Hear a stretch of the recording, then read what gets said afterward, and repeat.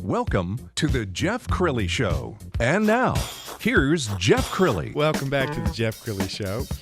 Dr. Pari is a ray of sunshine. Her positive attitude and straight shooting style has made her a media darling from coast to coast. She has literally appeared on more than 100 interviews in the last year. It's true.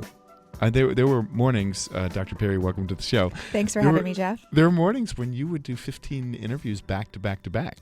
Yes, that is true. And had a full-time day job. Right. Pretty amazing. So talk to us about your career, and you've got some exciting news. You're actually moving to California. Yes, I am. So I don't know if it was mentioned, but I am an OBGYN, and I have been in practice here in Dallas for the past 5 years and gotten involved with the media. As Jeff said, it's kind of been a whirlwind and taken me by storm as well. And I am moving to Los Angeles to further pursue this tomorrow, actually. Oh, my goodness. Well, thank you for being a guest here right before you leave for California. So the dream is to your success has been meteoric with the media. They love you. And I remember radio hosts contacting me saying, we love Dr. Pari. Where has she been all our lives? So you were really born to do this. I see you as kind of a young, cool, hip Dr. Oz. And there's something about, and Sarah's joining me here, something about the way that you're able to answer these female health questions that I think make women comfortable talking about stuff that they need to be talking about. Well, absolutely. Her tagline, I love it, is your girl's girl. And I've been there where it's intimidating to ask some of those questions. What does my doctor think about me? And so I just really appreciate that there's now a voice out there, as bold as Pari is, to address some of these concerns that not just anybody feels like they can ask, and she's taking a stand on that. So. Well, let's talk about that, because I think, especially with female health issues, if a mom's not talking to her daughter, or if a young lady is Googling, or depending on information from a chat room, she could really do more harm than good, couldn't she? Yes, and I'm really glad you brought up the Googling and the chat rooms, because that's also become part of my inspiration. Basically, what I realized is, outside of the office, I would go to parties, dinner parties, hanging out with girlfriends, and everybody would have a question for me. And I'm like, wow, they're not asking their doctors. And in today's age, well, where do they go then? Exactly what you said. They go to the internet, they go to Google, they go to chat rooms. There's actually been studies that have shown that the average woman will go to the doctor maybe 3 times a year, yet she'll spend over 60 hours looking up symptoms online. And, what's even crazier is most of the time people go to these websites, 30 to 50% of people will never even follow up with a physician. They go on there, they put in their stuff, they kind of self-diagnose themselves.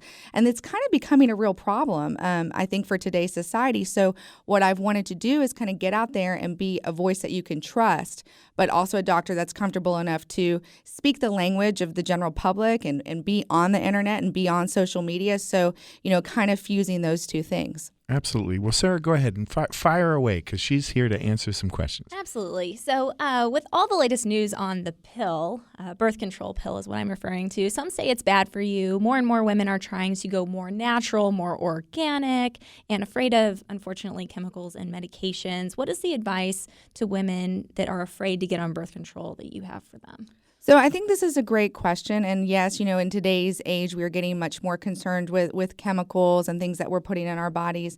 And that's a whole other subject I actually wouldn't mind talking about later with feminine products. That's actually becoming even more of a concern.